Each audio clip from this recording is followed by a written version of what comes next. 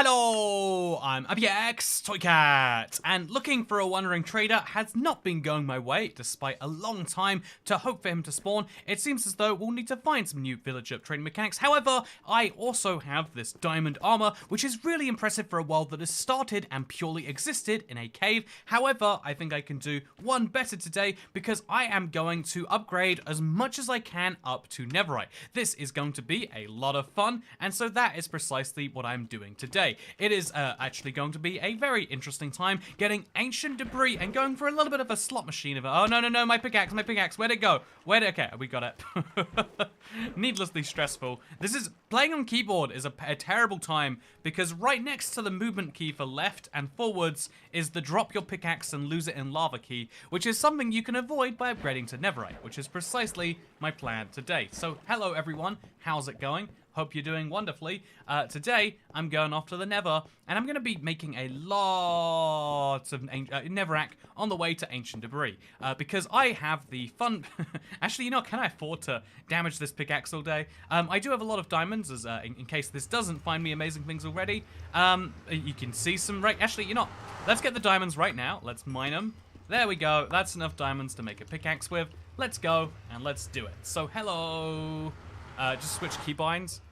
See, I could move Q from being over there, but, you know, then what am I going to do? Am I going to put my finger way across the keyboard to do something? Sounds terrible. Anyway, hello, this is my Nether, and because the rule is I can't go 64 blocks above the base of the world, this is Y0 in the overworld, and it's 64 blocks in the Nether, which is a decent amount of, you know, space to play around with, especially given that we really need to be going down to about Y-14 to find ancient debris. I'm going to be finding a lot of it today, but we need to start down at those layers, and yeah, I really do enjoy the... I think with any random event, you have to learn just to enjoy the randomness. You have to learn that, you know, sure, you want a perfect way to repeat this that doesn't involve just hoping for some luck sometimes, but sometimes that is what makes the beauty in the RNG, and so that is precisely what we're going to go with. Once we get down to about Y-14, the bit, by the way, you know, mining in the Nether is a little bit duller than mining in the overworld. You have fewer other, like, random events, basically. But there is one cool benefit, which is you don't need torches here. In the overworld, it's so frustrating to have to mine, place torches. Oh, forgot torches, can't do any more mining. In the Nether, you go mining as long as you feel like going mining for, which is nice. So, this is my basic plan. Have a big old tunnel. We're going to be going as far as it takes us in this direction. And this is going to be my chest area, I guess. So we'll dig out a nice big area. That should be big enough, in my opinion. We're gonna place down... Oh, God, we're gonna place down a chest just for miscellaneous garbage. You always need a miscellaneous garbage chest. Even when you think you don't, everyone has miscellaneous garbage. And then we're going to make ourselves two chests. One is going to be the miscellaneous garbage chest. So right over there. So drop all of those down, and there we go. The miscellaneous chest can be the most obvious one over here. And then next to that, we have two regular chests. So, one chest, and this is going to be solely for Netherrack. And then because if we're being totally honest with ourselves, one chest is not enough. And so, okay, this is terrible. You see why we need the miscellaneous chest? Just to put all of this stuff away and make my inventory work a bit better that way. So, yeah, we're going to be picking up lots of this stuff, and we need to have a place to put it. This is my place for now. At some point, we can move it all if we feel like it, but I don't think we ever really will. So, yeah, then what we can also do is we can craft ourselves a brand new diamond pickaxe. I think anything past efficiency, because efficiency 3 allows me to, what, like, instantly mine? But I think having to go down to a regular diamond pickaxe... Also, thank you, Bex Preston, for becoming the 430th channel member. Really do appreciate it. I think one of the best ways to support anything you like is showing it financially. I think that's like, not just on like, well, I like money sort of level, you know, Mr. Krabs level logic. But also I think like when you show you support something, it really does impact you a lot. This is why all sorts of museums and stuff will encourage it. Even when it's like a fairly nominal donation, it's like, please just... You know, either, I guess, honestly, realistically, some places like, please forget you have this subscription so we get money from you forever. But, you know, let's not lie and pretend that's not a thing. Let's not lie and pretend that I wouldn't like it if you forgot. If you had £5 to spare for the rest of your life and you forgot why, I mean, I wouldn't say no to that. But the reason I'm a big fan is because it's like a good way of showing, like, yeah, I care about this some amount. there are only, you can say you like lots of things. I like Marvel movies. I like this. I like that. But you can only show you like so many things with money, which is why, you know, everyone who thinks that like the extended universe is a good idea ends up making one and not doing too well. It's the same thing there. So yeah, this is my basic mining setup. We'll use more Nevrac as time goes on. We'll just make a bunch of slots over here. And obviously I'm gonna have a better inventory as time goes on too. But the basic plan is gonna stay the same. We're gonna be mining in a very long straight line and maybe finding some ancient debris. What's funny though is we could theoretically mine forever and never reach anything, right? You never know until you know. So yeah, you willing to go on a bit of a casino trip with me, internet? Except the casino is Minecraft and the reward is ancient debris. I guess that's my jackpot. There is something just inherently satisfying about mining blocks and not knowing what's ahead of you, right? So, but yeah, anyway, hi Toycat, I'm new to the live streams, been binging the bots, excited to catch it live, hope you're well, says Corey. I hope you're well too. I appreciate you mentioning. I know there's a lot of people who do like lurk around and like, you know, never say hi, and that's like entirely fine. I don't like the idea of like pressure, like everyone say something about themselves is like, you know, like when people do that in real life and they're like, you have to do it. It's like, no, I would like to keep my distance right here. But in this particular case, feel free to. But I do appreciate it when you break that too, Corey. So, yeah, I think that pause deep in the mind to watch the stream. I'm glad a lot of people like hearing some stuff and catching up. So, yeah, by the way, there are over 100 people watching who haven't liked the stream. Did you know? Honestly, so liking doesn't really help with any stat. But it is one of those things where I feel like, you know, in case it did help, it would take 0 seconds of effort. It would just be a show of appreciation. You know, you watch the entire video, you can do that without ever being interrupted in any way. The one thing I would say is like, yeah, just give it a like. You know, you can't stretch the money right now. Hard thing. Just hit like. It probably doesn't do anything, but it'll give you that same feeling. Because, I mean, you can like as many videos as you like, I guess. Thank you for liking the stream. So yeah, this is going to be a multi-hour ancient debris mining adventure. I am going to be mining in a very long, very straight line. I can't even imagine how long and straight it's going to be. So long and straight it becomes a problem. Speaking of so long and straight becomes a problem, thank you. Wait, who's that from? Thank you, Gerald K. Toycat Tax. Finding ancient debris shouldn't be this hard. Do you think you'll be able to find a netherite upgrade? Oh god, yeah. So finding the netherite upgrade, I think is going to be the plan after we've got the ancient debris that we need. I am looking forward to the process a little bit. Because you also, wait, was there lava here? Did we kill the lava with gravel? I am looking forward to the process, like, somewhat. I'd be lying if I said I wasn't. But I also, at the same time, yeah, I think that, yeah, sorry, my brain's a bit broken. The netherite upgrade is going to be a fun thing, but it's also going to be a thing I think you do after you've got your netherite ingots. Because if you get it before, then when I say it, by the way, I guess we have to find a lot of them, or we can do the cheeky find a lot of diamonds strategy. We might just go with that, honestly. So we're going to quickly use a slab here. Place the slab, place the blocks. Wow, look at that, very handy. It's such a good time-saving technique, except that it doesn't save time. If you ignore the crucial detail that it doesn't save time, that's a thing. Also, you almost said McBella. It's funny, it showed McBella in my list, but that's because it's like my feed is way bigger than I thought it was. So it was showing 3 days ago, and I was like, that wasn't what made the noise just now. You should use the torch trick on the gravel. Yeah, I do have torches anyway. I might as well do it. Because here's the fun thing. I really need torches, chat. I'm sorry, I really need gravel.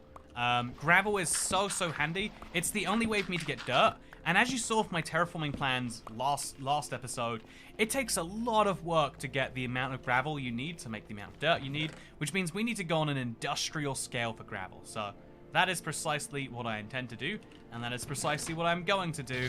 Lots of netherrack, and also just have lots of other stuff. Just slowly picking up here. Thank you so much, Alex Sameligo. Massively appreciate you becoming a member. Welcome to the coolest cat club. I wanna do something. When I first started the membership thing, I was always like cautious about like I don't wanna sell people under the whole like, oh, it's exclusive stuff you have to sign up to get, because it feels like you're taking something away from regular people. But I have enjoyed the exclusives that we have, knowing that there's a place with less pressure that I can like, you know, like upload stuff basically. It's been kind of nice. It's been at least to me, it's cool to have a you know, like a place where it's not public and, you know, there aren't images of me doing blank blank blank forever. I love having the membership place just for that. Like, it's a bunch of people who do explicitly enjoy what I do, because they probably wouldn't be watching otherwise. So yeah, I think that the also, did you know if you press the semicolon key, it will disable RTX and shaders? Yeah, only if you have them enabled though. Like, I can't turn them on using that, fun fact. You can just turn it off if you've got it on, and then turn it back on. Also, we're at level 64, right, from the Ender Dragon. It makes perfect sense.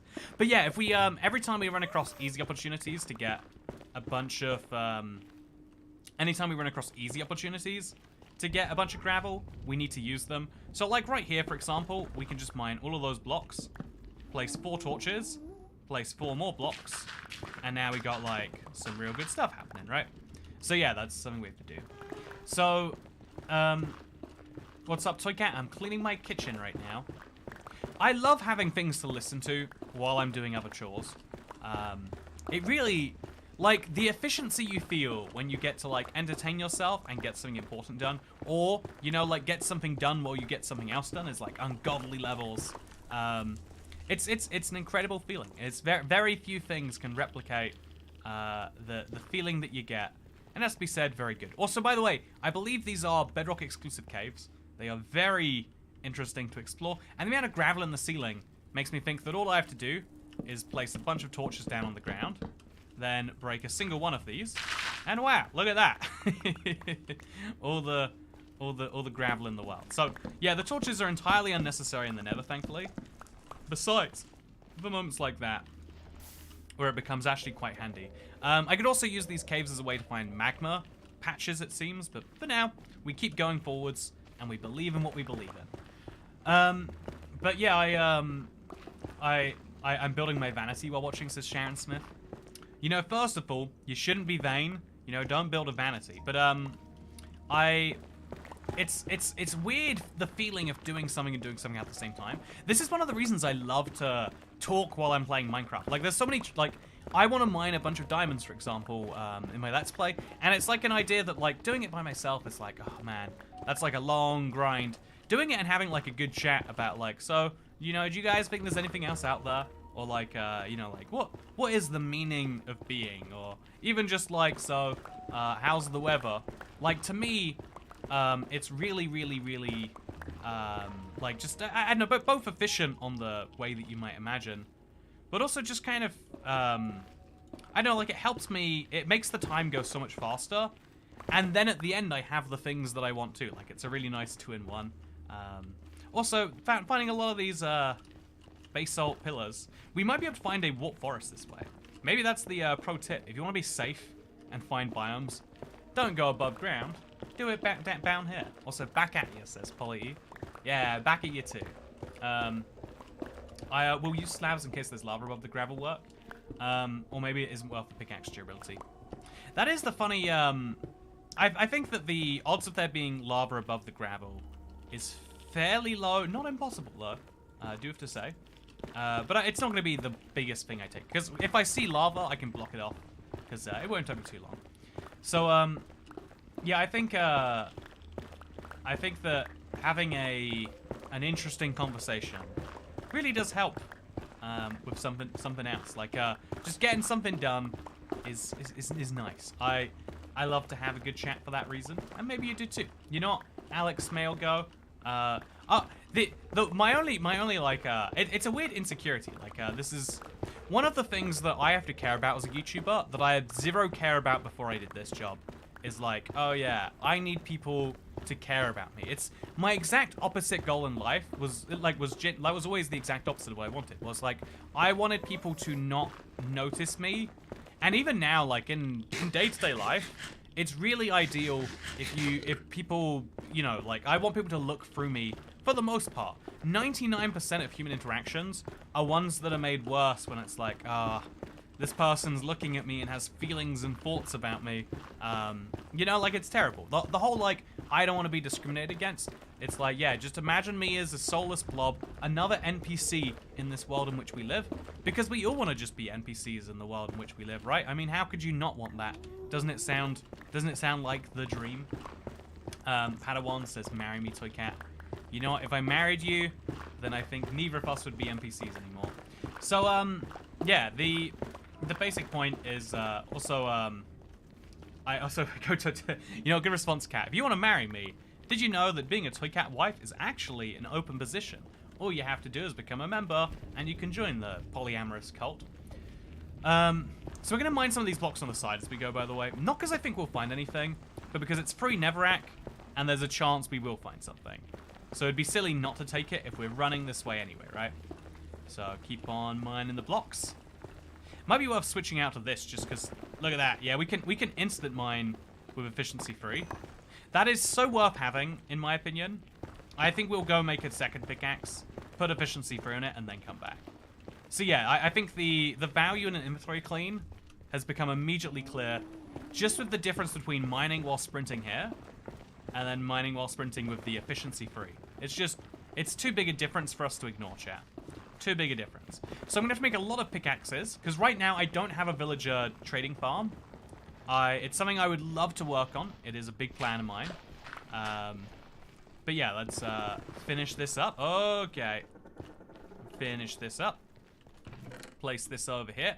Put the gravel in. Place this over here. Put all the Neverac in. And, I guess should we bring some nether quartz back with us? We will. We'll bring a couple stacks of gravel back with us. Yep. And we'll also bring I think that's about all we actually like care about. The bone's always useful, and the string's always good. And yeah, that's about good. Let's do it. So okay, so Padawan, you have officially passed the so here's the thing.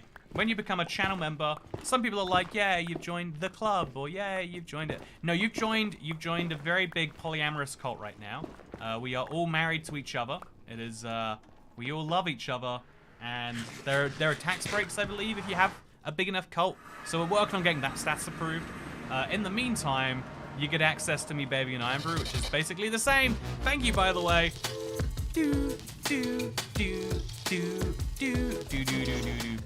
Thank you so much for becoming a channel member, Padawan. Wait, Padawan? Padawaint.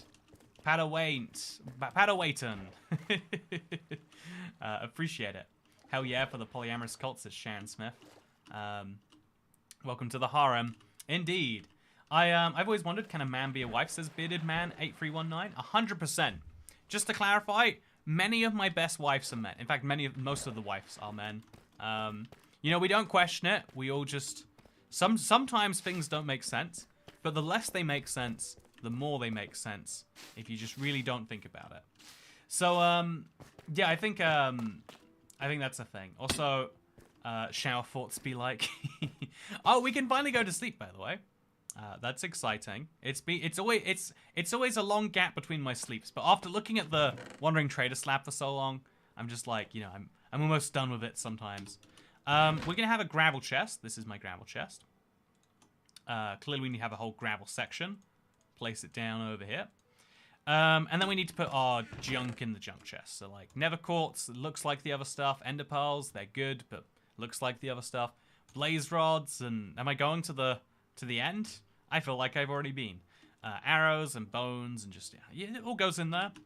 Then there's some weird funky blocks which don't fit the rest. This is where they go. And then, we're gonna have to put this potion somewhere, and this glass bottle somewhere else. The glass bottles are so valuable, we don't have any sand, so we can't smelt our own. We have to kill witches for all the glass we get in this challenge. It's a bit too ridiculous. And then also, the emeralds are nice, but we can pick those up later. And then also, the gold nuggets, and then maybe also the shears. And now, we can use some of these diamonds to craft ourselves a new pickaxe. So obviously, we have 2 chances to try and get a decent enchantment. Oh, how does it spawn? Where is it spawning? It must be up here somewhere, I guess. Oh, yeah, like these cave blocks over there. There's like a lot of places I can see that a mob would spawn. So important that we make sure that they don't get to all my villagers. Confirm that that's in fact true. Yes, it is. And also important that we get this guy locked into some form of profession eventually. It's a thing we can get to. Oh, did we just make a child? Wow. Okay, that's a new responsibility for me. And like any new parent, I'm going to now leave and come back whenever I feel like it. So we've got our stuff managed. Actually, no, I'm gonna enchant my stuff. I'm gonna get what I need out of this situation, and then I'm gonna leave and come back when it feels good. So we're gonna enchant this with more bookshelves. I have to say, I can't deal with the number of bookshelves we have, so I'm gonna take some books. Don't have any books. I don't have any books. That feels okay. So we're just gonna enchant at the level that we can. This pickaxe. It's gonna get Unbreaking 3, and that's gonna be just fine. Then we're gonna enchant this one. Come on, give me better than Unbreaking 3. I feel like I can do better than that. And so then I'm just gonna put Unbreaking 3 on this and repair it to full. Yep, seems about right to me. You know, I would like to do better than this, internet, but this is as good as I get. Okay. And then just because we're, you know, since we're spending money anyway. Actually, no, let's not. Let's just go with that. And now we've got 2 pickaxes. And I was hoping for better than that, but we didn't do better than that. So now we can go back in. Which wife is responsible for child rearing? You haven't died? Huge GG. This is the scariest world of mine to die in. I've said before, like, I'm not a big believer in hardcore series. It has to be streamed, otherwise what's the point? This is very much, this could be the most successful series on my channel, and then if I die, doesn't matter, it's over. Also, we should probably enchant the diamond shovel. We won't. Speaking of won't, Audrey Bella, thank you so much for becoming a channel member. Love to see a regular be converted to a wife. I have one, and she's pretty cool sometimes. You know, okay, you can be responsible for the child rearing. You've got that locked down, it sounds like. Also, yeah, Toycat, also, am I the poly in this polyamorous? You know, yeah, you know, that's a good joke. You should totally make that to unsuspecting people you meet. Like, oh yeah, so, we're in a bit of a poly relationship. You get it? Because my name is Polly. I do that all the time. People would groan and then hate me, and then I do it to them more. Would be my life. But yeah, I water bucket MLG. Water bucket MLG is a thing you can do in life, but it's also a thing you cannot do. So I think I'm gonna make this tunnel slightly wider every time I run through it, just because I think having like a nice big tunnel, it's good motivation. If nothing else, right? You tear through the world, you make some stuff happen, and then in exchange, you get some good stuff. I'm in a poly relationship. My wife's a parrot. I heard a joke today that I really couldn't get over. I'm not gonna tell it, but it was the, you know, I can see clearly one. Very, very high quality. I want to know. By the way, Padawan asks if you'd have any superpower. What would it be? The trick is you ask for, like, every superhero show eventually has the twist of some superheroes has the power to take away other people's powers. Because an essential part of the story that every piece of media is trying to tell is that you are powerless sometimes, and superpower people by definition aren't powerless. So you make them powerless in the literal sense by having oh, we found ancient debris! Number 1! Locked it down. Yeah, look at this, look at this. Got me an ancient debris. Yeah. Yeah, I think you gotta pick that power. Or you pick the power of, like, oh, I read people's thoughts. Because mind reading has a lot of powers to it. Or rather, you go for, I can change reality. Like, you can change anything that you can think of. You may be able to take away my powers, but nothing beats the power of friendship, says Ori Bella. Yeah, every show has something like that. Anyway, I think that, the world is filled to some, to lesser or greater extents, you know, with stories that are all about how you can be the most powerful thing you can be, but sometimes you're gonna doubt yourself. I always think that's incredibly interesting. That, like, it's like, also, wow, we have filled up our inventory already. We're gonna have to even put our ancient debris away.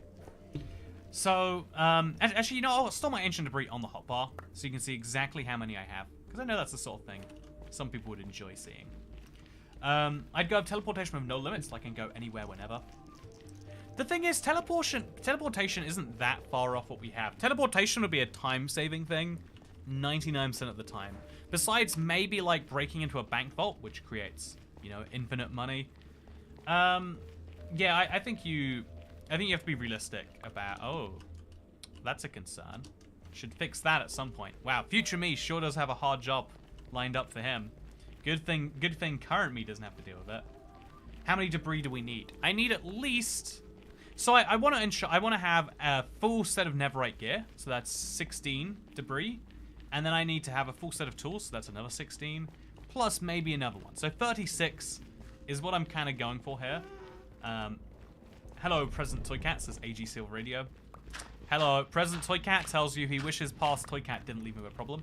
Every time I start streaming, every time I'm midway through a stream, and I'm like, man, I really need to fix that number and make it say members, because I know there's going to be someone joining and going, so why is there just a number in green in the bottom left? And every stream I go, yep, I'll do it next stream. You know, Future Toycat can deal with that. And then you know what? Future Toycat doesn't deal with it. And at this point, you'd figure Present Toycat would learn. But Present Toycat's almost complicit in the problem. He's like, yeah, maybe though. Maybe, just maybe. And also, why do I have all this gold on me? I definitely shouldn't have all that gold on me. So we'll throw it in there. We'll throw all this in there. Besides the black stone, which we'll keep in here. Good extra block. And, yeah, now we go back on the hunt. Okay, so... Shouldn't have gotten rid of all my netherrack, because I definitely need at least one to get through this mess. Okay, we got some blocks. We got some... I don't think I need a axe with me right now. So we'll use that to place a block there. Jump on top of it, ouch. And then just mine until we see the source block. And then remove it. Okay, that didn't work. Okay, mine another block. And then remove it. And now that will work. I think, raise the number of mystery. Keep doing random things until it raises. I like that idea a lot. Just have a little bit of a troll. Just like, who knows what it is. Future Toycat doesn't do any work. Future Toycat only passes on the work to Present Toycat. That's the problem with Future Toycat. You've gotta treat Future You like a good friend. When you treat Future You like a bad friend, you get treated like a bad friend. Really, you know, if you think about, like, the lessons we can learn about being nice to each other, you can learn by being nice or not nice, solely to yourself, right? We all do it all the time. We're all kind of bastards to ourselves, if we're being totally honest about it, right? We all have moments where we're like, why would anyone do that? Like, you would never do some things that you do to yourself to other people. And if you would, disappointed in what you're doing to yourself, friend. But yeah, it's a real big struggle. So, Toycat, do you think what's the best way to get XP fast, and do you have a video about it? The problem with XP farming is there's so many different ways to get it that the ultimate answer is just do what you want to do, and like if you want to make a mob farm and you want the flesh from it or the string, make a farm. If you want to, you know, even just breeding cows is my like easy go-to. Or if you want to trade, when you trade with villagers, you never need experience from other sources. Wait, I brought a drink up with me on the stream. So, yeah, one of my things I like in life is fun drinks. I've had my favorite drink. It's Corsten pressed apple. It's just very, very apple-y tasting apple drink. Does anyone have this problem? Sometimes you get apple juice and it doesn't taste like apples. It's just generic juice. You know, this is a very specific concern I have and only I have. But, would like to say it. So yeah, we're going to mine all the way out to 500 blocks, by the way, and then we'll turn around, making a snake. And then the number of Oh, second ancient debris! Oh, we should have looked around the other one, right? It might be more than one ancient debris in the area. Nope, just two. But yeah, I think that, plot twist, Toycat just has multiple personalities.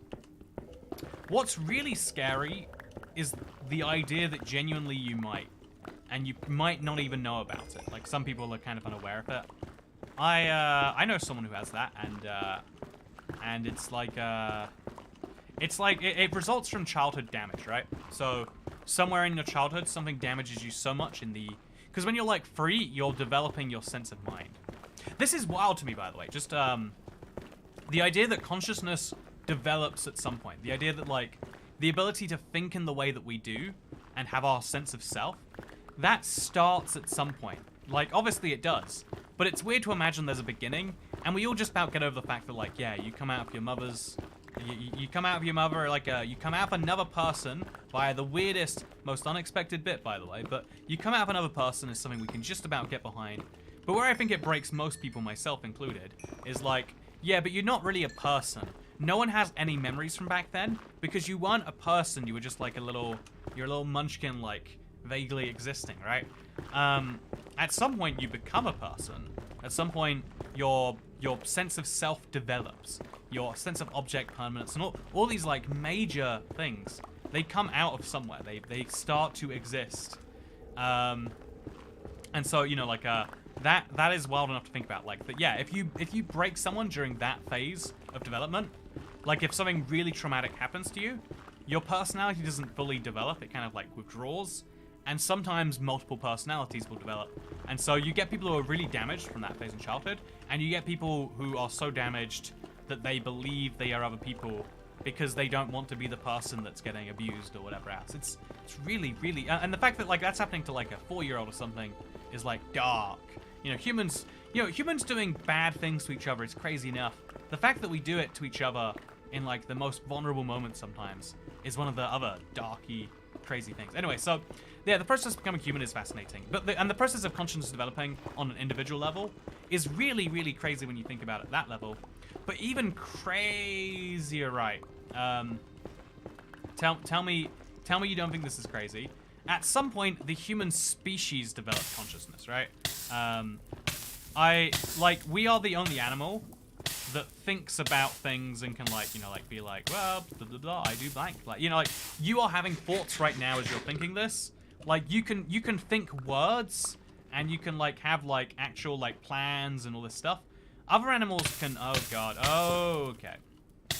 There are other animals that can do those things, but for the most part, okay, please tell me that's the lava gun. It's not the lava gun. Okay, so we go up a block. It's such a pain to deal with lava sometimes. Oh no, I didn't get rid of this, apparently. Okay. So yeah, it's such a pain to get rid of lava. Need to reiterate that, by the way. You gotta really gotta nail it straight on the head. If you don't get it right there, bad. Oh, come on. Okay, perfect. So, yeah, the even crazier thing is the human species at some point had to develop consciousness. This, you know, actually thinking inside your brain. Like, not just an autopilot, like almost a lot of other animals and things are. Because some animals have the ability to remember things. Like, oh, there was a seed behind... Like, here is my can of drink. If you can't see the can of drink, most animals don't know it's there. But a decent number will be like, oh, you moved it round there? So I know if I look behind your head, I can see it. You can't see it when it's back there. So a baby... you know, that's why peekaboo works on a baby. You go, oh, I'm gone. You can't see me. Peekaboo, I'm back. So some animals get like stuff like that, but we have full-on thoughts. And a theory I heard that I really like is like it might have come from mushrooms. Mushrooms, there's 3 kingdoms of like living beings. There's animals, there's humans. Sorry, there's not animals. Animals are part of the. There's the animal kingdom. There's plants, and then there's mushrooms.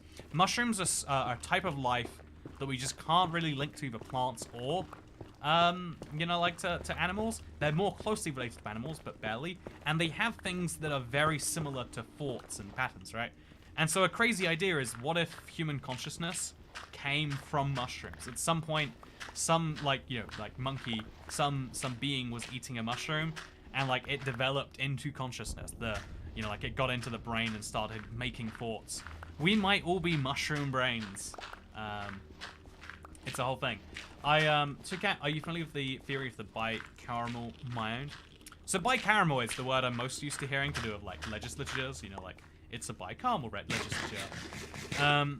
Atheists be like, yeah, that's my dad, mushroom, mushroom, mushroom.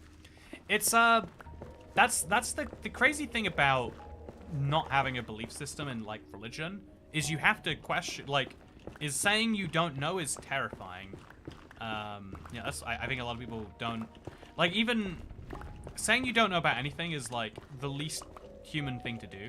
Saying you don't know in response to like, so what happens after you die? Or saying you don't know in response to like, so where did humans come from? Results in a lot of scary, you know, like tidbits. Like, if you believe, like, something we know about humans is we like to believe something that brings us comfort. Like, if you see a human dying on the street and you can't do anything to help them, what is the benefit in believing that they're dying? You can just be like, yeah, they're fine. You know, that's just what they do every night, or for attention, or something like that. You know, a theory like that is more comforting. And honestly, it's more useful for both of you than if you believe that you're doing some real harm. The fear of not knowing is one of the biggest fears we can have, and do have sometimes as a species. So I'm going to mine 3 blocks. Okay, I messed it up. Then I'm going to place 2, and then we're going to break. And I think that was apparently it. So pick up the torches. There's no point leaving them around. I do need all this gravel, but, you know, at what cost? But yeah, I think... I think the fear of unknowing is one of the biggest fears we have, because it means that anything could be true. Like, even if you believe in something ridiculous, you know, a theory of belief I really like is last Wednesdayism. The universe was created last Wednesday. There's no proof the universe wasn't created last Wednesday, because if you imagine like the universe was created 6,000 years ago, we have light particles, like photons, that have been traveling for more than 6,000 years, and the only way they could have existed if they were made 6,000 years ago, ancient debris number 3, is if they were put into being already traveling like they'd been coming from a source. Because you know, to create a universe that exists, it has to have some stuff like, you know, even the Big Bang has to ascertain that all of that information was in one point for some reason. Like, we have a big unknown about, like, all of that. So if you say, you know, it's an absurd theory of belief, but at least if you say the universe was created last Wednesday, you're saying quite definitively that it's okay, there must have been some reason, someone created the universe last Thursday, and so hopefully that person has a plan. The scariest thing is saying, I don't know. It could be anything. Because, you know, imagining that we were made, even by someone nefarious, like a known bad is so much worse than an unknown good, or an unknown potentially good. Like, you ever have this thing, like, you're at a border, or like a police officer pulls you over and says, hey, I need to have a word with you. Maybe like a teacher or a boss even.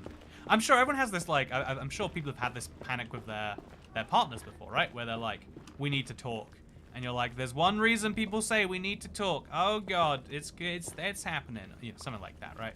I feel like it's a funny enough joke. It happens in media all the time. But also, if we're up here, we need to make the bridge just kind of like over here somewhere, just so we can get between the 2 layers quite easily. But yeah, the idea of unknown is very scary. We need to talk equals breakup, says Mega vs. Prime. See, but sometimes it doesn't. Sometimes we need to talk is like, we really need to talk, Andrew. It's like, what about? It's like, you know, we say that we're going somewhere tomorrow, but you haven't mentioned it since, so what's the deal with that? By the way, this is my apple.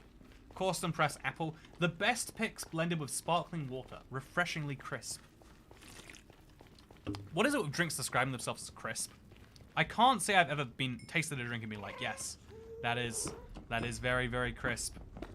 It feels like one of those fake words used to describe fancy things. I don't know if you're real. That's scary. Genuinely, right? Think about it. There is a non-zero, not even that low chance that I don't exist. I am an AI created in a lab somewhere. Because we worked at, you know, like a lot of early VTubers and early, you know, like AI-fed stuff kind of felt inauthentic. When you read ChatGPT, it feels wrong because it's not claiming to come from a human, and so you laugh at its mistakes more. But when something comes from a human and you hear that it's making a mistake, you're like, oh man, that's like, you know, I'm sorry about that. And you forgive the person in a way you won't forgive a machine. And so imagine, you know, like, let's say a piece of software exists.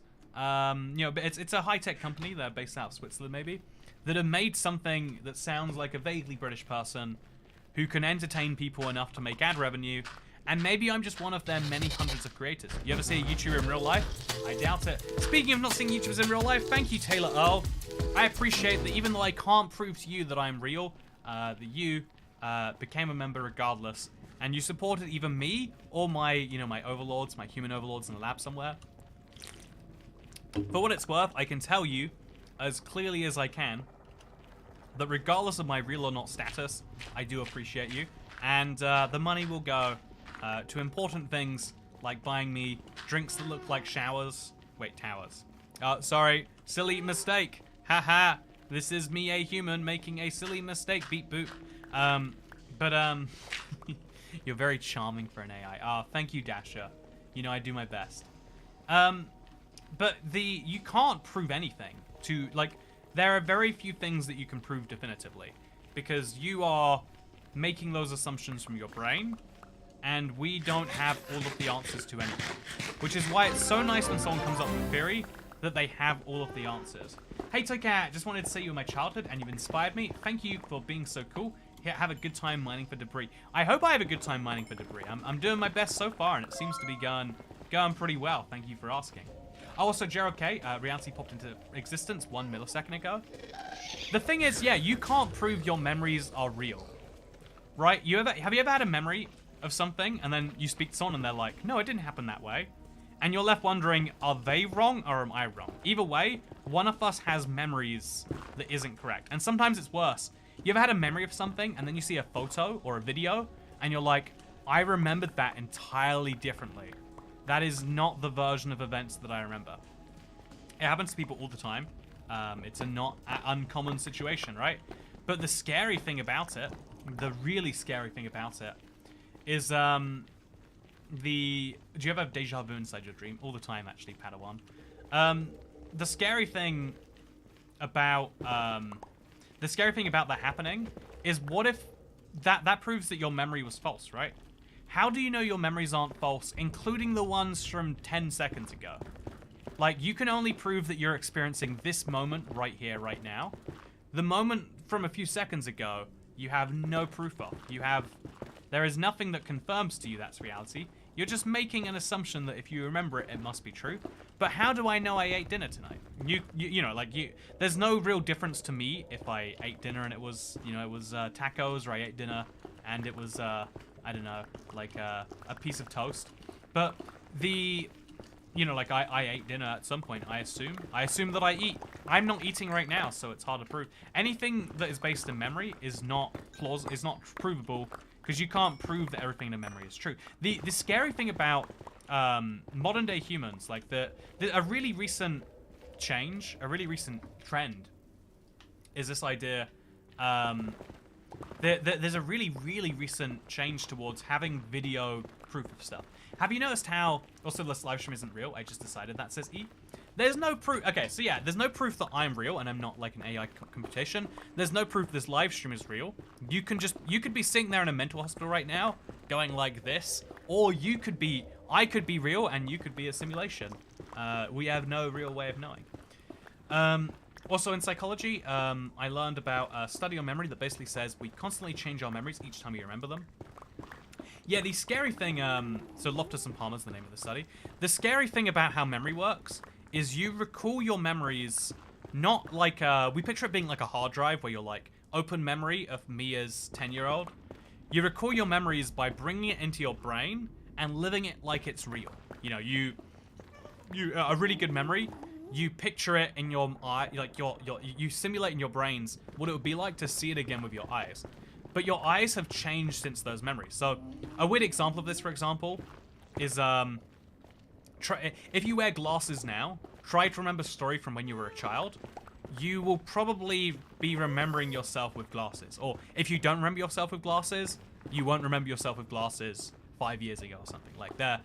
It's there are loads of there's loads of things, and one of those is like your emotional state carries over. So if you remember something and you're really sad when you remember it, the next time you have that memory will also be sad, because you're restoring it each time. You're making copies of copies of copies, and at some point those memories are so garbled that they mean nothing. Speaking of being garbled, it means nothing. 5 ancient debris. You know, the faster we find ancient debris, the sooner we can the sooner we can stop being existential and start talking about Minecraft updates again. So how you feel about 1.20.20 chat? It's coming out real soon. It's Next Tuesday, potentially even. It's I think a lot of people are scared because there's been a couple of updates. 1.20.30 is the one that changes trading in a big way. So a lot of people think when they say Wandering Trader changes 1.20, like, oh no, is that the big one? It's like, no, 1.20.20 is like an objectively good update. I went through a lot of it today to like work on a video for it, and I forgot, like, man, this is actually an update with some legs. It's one I think is pretty good. Also, when you remember an embarrassing moment at night, yeah, it's weird that we all have that experience, right? Of being like, oh, why did I do this? And just like sitting there and thinking about it for a while. A real see you next Tuesday. One time I died in lava with full netherite armor tools and couldn't get back to it fast enough before it all despawned. Or do you just have that memory, but it didn't really happen? Who knows for sure? Who knows for sure? Yeah, it's like, is that like drunk texting regret? I've sent my fair share of messages that I later regretted. And it's interesting because you're the same person when you send a text and when you regret sending a text. For example, right? Also, every time I place multiple torches, it never works out for me. You are the same person when you send a text and when you regret sending a text. But yet you've changed your mind and you recontextualize it. If you think about it, right? An accurate memory of sending someone a message would be like, oh, I love doing this so much. I love them so much. I just need them to know about it. You know, you have a drunk text your family all the time. You know, you say something like that. You know, it's great, it's wonderful. But then also I'm gonna make a little tunnel at 0, 0. Just to see if we can link into... Oh, I don't think... My existing tunnel must not go all the way back here, by the way. Okay, we'll dig a bunch of these blocks. Hopefully not get too much lava. Oh, ancient debris! Wow, see, I love this. You go accidentally mining, you get some accidental ancient debris, and it looks like it's 2 veins of ancient debris that happen to be next to each other. Oh, look at that. Yeah, one over here too. One over here too. What a win. Is that as good as we're doing? We have to mine a little bit more, right? On the off chance? No, that was probably just free. You know, what are the odds we find something else? None. Okay, so now we mine back this way. Just to see when we eventually hit our stuff again. Because we probably will. Dang, free in a spot. GG, mate, says Cobra Buttles. Thank you very much. I am, in fact, also happy of that. So now we can dig this tunnel out there, and more importantly, put our netherrack away. We're going to end up with several chests full of netherrack. I'm going to have to do something with them. Maybe I should move the chests to the overworld. If I'm coming back here anyway, right? How about I make some of these black stone, or cobbled deep slates, into some stairs? And then, yeah, that's what we'll do. We'll make stone brick stairs. So polished deep slate into deep slate bricks. We only get 4 deep slate stairs, so we'll make some polished blackstone as well. Into some, oh yeah, we're gonna need to get a lot more blackstone. Okay, so blackstone into polished blackstone into blackstone stairs. Wait, polished blackstone stairs? No, deep polished blackstone bricks into polished blackstone brick stairs. And now we got 4 and 8, which means the ratio is 2 to 1. So for every one of these, we do 2 of these. So 1. Oh, and we have to mine the ceiling a bunch too. 1 of these, 1 of these. 2 of these, 1 of these. 2 of these, 1 of these. 2 of these, 1 of these. And then 2 of these, and we're out of them. Well, you know, that was a well-considered idea. But yeah, from here, I guess we can at least finish all of that. Place a magma cube up over there, and then I think we'll just make a chest right outside the nether portal, because then we can save just a little bit of a problem. Also curious why I have this note saved with other get your girl a problem for future her to deal with. Get your girl a problem for future her to deal with. Now that's advice right there. Now that is advice. So let's make a double chest out here. Just as a, you know, so if we need netherrack in a pinch, we can use this. Will be nice. Gerald K, more toycat taxes doesn't help that differentiating a memory for dream versus memory for reality gets harder the further you get from the memory's creation. A really, really discomforting thing about memories, like an incredibly discomforting thing, is the, memories of dreams, is that fact. Sometimes you will remember a dream so vividly, like, if you think about it, I have a nightmare, right? Do you want me to tell you about it? This was a recurring nightmare of my childhood, and I get it every now and then as an adult. Not so commonly though. But I play this game Yoshi's Story. Do you wanna see it? Actually, wait, I can show you my memory chat because I played a game that had a really just dark sequence in it. I can show you exactly my nightmare. What we'll do is we'll get like Harrison to recreate this at some point, my face on there so you can picture even better. Yoshi Story death. Okay, so yeah, this is it right here. Okay, so I'll turn it down. I've not done this on stream before, so if it breaks, I'm very sorry. Yeah, is everything good here? I think everything's good here. So this is the thing here. If you look, you can see this is what I dreamt of so much in my childhood. I was being taken away to the tower, because when you die in Yoshi's Story, it's like an alternative to dying. You just get sent to Yoshi prison. But like, oh, they don't show you. Is that it? Is that all it is? It's just sad. They take you away to a castle. But this music is so like, you know, it's like humorous. It's funny. It's not even that bad, right? It's like on the level of terrible things, it's really, really low. Like I would play games with guns and violence in.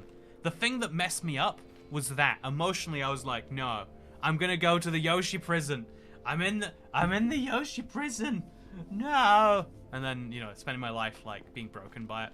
I couldn't play that game. It messed me up. Again, it's so funny. Like we have ratings that are like to protect children. I played a lot of Grand Theft Auto as a child. Can honestly say, you know, like I learned about following traffic lights and driving from that game. Yoshi's Story, a free plus game. We've seen all your browser tabs. Verdict, not enough depravity. Oh no. Have you? Ah, that's fine. Let me look through it. Yeah, it's fine. Yeah, I think, so I guess biggest fear is being arrested. I mean, the funny thing is I think most people's biggest fear is being arrested. And not necessarily, no, people don't necessarily think about it that way, right? People don't necessarily go, yes, the thing I hate most is being arrested. I would like to not be arrested. But I think what people do think, very genuinely and very seriously, is I would not like to have my freedom taken away. And, you know, a lot of people use freedom in that, like, sense of, like, yeah, you can't take away my freedom. Take away my freedom, you take away... Like, there's a lot of types of freedom in the world. Ultimately, like, freedom is the ability to choose. On some ultimate bottom level, is, like, you get to make your own decisions. When you are... But we spend so much of our life kind of not being free. I can't get over how ridiculously comparable a school is to a prison. We invented school, right, as a way to, like, keep children, like, you know, in somewhere safe till from 0 to 18. But it's like, yeah, when you're in a school, you don't sign up voluntarily to anything, but all these rules are placed on you, and terrible things happen if not. Like, we try to limit how bad they can be. We try to argue it's like, well, it's better than being at home, but, like, it is a very, very intensive thing to have school. The idea of, like, going to a place, basically working a 40-hour week. You know, like, because there's a fun thing, right? Like, school is for your own good as a child. And in the same way that, you know, prison is for your own good if you're a prisoner. Like, yeah, you've got to be somewhere safe where they, you know, like, but at the same time, it's doing something you don't want to do, which is taking away someone's freedom. It's such a... freedom and the ability to decide is such a high-level need that most countries do not consider it a crime for you to try to escape from prison. It is such normal human behavior to want to escape it. Then why would you, right? Why wouldn't you? Like, if you had the opportunity to escape, that's our bad for letting you escape, not your bad for escaping. And I quite like that as a set of logic. Also, Rachel, thank you for being a member for 2 months. You passed by some debris at the magma. Okay, let's go back. Pass by some debris. Let's find out what and where it is. It sounds exciting. I want some ancient debris. Is taking away someone's freedom justifiable if it's for their own good? This is where I think most debates actually stem from. Is it okay to take someone's freedom to choose to make them materially better off in some way? If we let children decide for themselves whether they went to school or not, then a lot of people would be uneducated and poorer, and like it'd be a very serious it'd be a very, very serious issue we had in the whole world, with so many people, with like a large percent of the population being unable to function with the rest. Like it would be, right? So my uncle's currently in prison, and it's having a beneficial impact. Yeah, like pretending that prison is bad for everyone is a lie. It's bad for the individuals who choose to go there, but it can really help out. Also, there's ancient debris by the magma. This is the magma. Where's me ancient debris? I don't see me ancient debris. Yeah, I think that I think it's crazy. Americans hate paying taxes, give children free lunch at school, but also don't want prisoners to have job to lower their taxes. See, okay, okay, this is the most interesting thing to me. Is I've spent time talking to people who are very against prison labor, and the biggest reason I've ever heard is like, well, it's modern day slavery. Like, you are taking away people's freedom, and then you're forcing them to work. And then, that's... When you think about it in the abstract, and you're like, well, they're prisoners, it's not so bad. But what if it got so bad that we were sending people to prison for the cheap labor, for example? And, like, it's a... If you have low trust in the overall system, you're gonna have really low trust... Oh, goddamn. It's so hard. I think it depends whether those people make good decisions themselves, then do it a little. The thing is, though, why do we get to decide for other people ever what is a good decision for them to make? That's the... Like, the example would be, if I want to... The most extreme example would be, if I want to eat McDonald's every day, 3 times a day, every day, and only drink... only drink rat urine, then who are you to tell me I can't? Why do I not get to make those poor decisions? Because I enjoy eating McDonald's, really enjoy it. It's try the Big Mac meal with the sauce in the burger, and ask for extra pickles. Give it a shot. But like if I enjoy eating that every day, it's worse for me in the long run. But surely I can decide that the pleasure from doing it in the hey, more ancient debris. Surely I get to decide whether that's a good thing for me or not. Like, the problem with working out if something is good or bad, like, in my own, my objective today is to get ancient debris. I've gotten 10 ancient debris, but in the time that I've got this 10 ancient debris, a better decision might have been going outside and doing some exercise. But who are you to decide if other people, who are you to decide that other people have to go outside and do exercise? That's a ridiculous assertion that anyone should, let alone can, make that decision for you. Why, your right to choose to make a poor decision, my right to decide I'm better off with 10 ancient debris than I'm better off with better blood flow or lower cholesterol.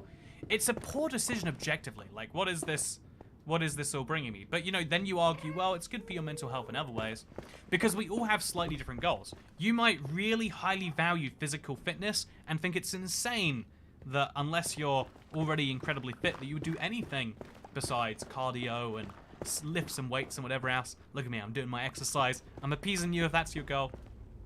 But you might think it's insane, but I might say, nah, I just want Big Macs, and I just want, I just want Big Macs, and I just want my ancient debris in Minecraft. I really need to have netherite tools. How can you tell me I don't?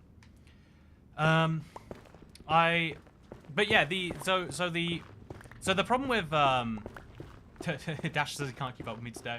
As I formulate my answer to the prison labor debate, he's already talking about rat urine. So the weird thing about the prison labor thing is like, you can, if you can never like if you're telling people that it's better for them to be in this place where they don't make their own decisions, you are unless you make it voluntary, unless you say trust us, it would be better, and letting them go and then letting them leave when they want to. If you make it a mandatory exercise, what you're effectively saying is you go to prison or we will, we will shoot you. At some point in the process that comes up. You will go to prison or you will die. It's not go to prison or we'll send you a strongly worded letter. It's not go to prison or this man will yell at you. Or go to prison or we'll take away $10 from your allowance. It is you go to prison or you will die. We get that level of threat about it because we believe that strongly that we know the answer. And so, yeah, it's, that's basically the deal. Also, there are open prisons in some countries. They do very well and very little re-repeating or re-offending, I believe is the word you're looking for. Yeah, it's a really interesting point. Like the way we think of prison is like there's two variables you've got to think about. One, okay, there's three variables actually. Sorry, there's three variables you think about in prison. One of those variables is, will this discourage people from committing crimes? In the ideal world, we would set up sentences so high for every crime that you doing something that someone didn't like to them without their permission would be so unthinkable because you know what would happen. It would be like imagine if the penalty for one of the things that annoys me do you ever see, I see ads all the time saying, please wear headphones on public transport. And I think to myself, everyone knows that. It's so widely known about. Who thinks to themselves, yeah, you don't really need headphones on public transport. But then every now and then, it happened to me yesterday, this is why it's on my mind. There was a woman who walked onto the train. She kicks someone out of a priority seat. And then she starts watching YouTube on her phone loudly and laughing at it incredibly loudly, like, she had a baby, so like, she's, the worst bit is this problem's gonna repeat itself in 20 years. But that was a thing that they did, and it's like, oh, we need to have signs that say this for them. Maybe instead of signs, we need to have like, if we made it the death penalty, if we made it that level of bad, the moment she started doing that, someone would go, you'll die. The headphone enforcement on the train gang will literally murder you. Please stop listening to that. And she'd be like, whoa, I didn't realize if I'll die, like, instead of, because, there's two ways you can tell people to do the right thing. One of those ways is, the carrot or the stick. One of those ways is make them feel good about themselves if they do it. Like, yeah, this is the way we live our life. It's really good this way. And the other way is the stick. You say, oh yeah, they murder people who do that. Just a warning. Also, I'm going to make a lot of gold ingots. 25, in fact. Wow. Also, hi Toycat from NZ. Me and my son have loved this series from you. Nice to finally catch a live stream from Down Under. I want to know, Pedal Hyperspace, if I can ask. Does Down Under refer to both New Zealand and Australia? You always hear Down Under, like thunder from Down Under, and it's just Australia. And I was thinking it just because of Cracked Magnet this week, actually. But if you have any, if you know, let me know, I guess. Okay, I'm gonna take some of this Nevrak out with me. But yeah, the interesting thing, everyone thinks New Zealand is Australia, says Pedal Hyperspace. I can confirm that's true. I think the problem is how culturally similar Australia and New Zealand are. It really is hard for a lot of people to like properly differentiate them. Like even people from New Zealand and Australia, like the number of differences. Also, see how many zombies just spawn right there? I think being able to like actually list the differences, I think is harder than most people would think. Even when you're from New Zealand, Australia, it's like, yeah, they call British people Poms, and like I think so. New Zealand is more British. Whereas Australia has a higher immigration rate, for example. New Zealand's more rural. Australia is basically all city and suburb. There's a lot of very big differences in like ways, but they're not really easy to explain. Like you can explain German people and French people by being like, yes, those people eat baguettes and those people tried to kill a bunch of people 30 years ago. Like you can simplify things down quite simply. It's kind of fun to me that like, yeah, with Australia, New Zealand, it's like, who really knows? People with ADHD are way represented in prisons, I read recently, and Toycat is onto New Zealand and Australia. I see Dash's point. You know, no, I am very much on track all the time. Also, that was because of a tip. I feel like it's entirely acceptable. You know what, chat? You ever want to distract me and you want to get me focused on some other point? Just leave a tip. I think that if you care about your point enough to leave it as a tip, right? In general, it's like, well, I should care enough to respond. You know, like you care about this some monetary value. I like monetary value and also think that means it's important to at least one person. But yeah, I think I think the problem with the prison dilemma. So one of the things you could do is you could have a crime that is just, you can have deterrence. If every crime had a big enough punishment, no one would commit crimes because they'd be so afraid of the punishment. So that's like part one. Part two of what prison's meant to do is it's meant to compensate victims. In a perfect world, maybe not perfect, maybe this is like libertarian utopia, but in a dream world, you wouldn't ever have to go to prison.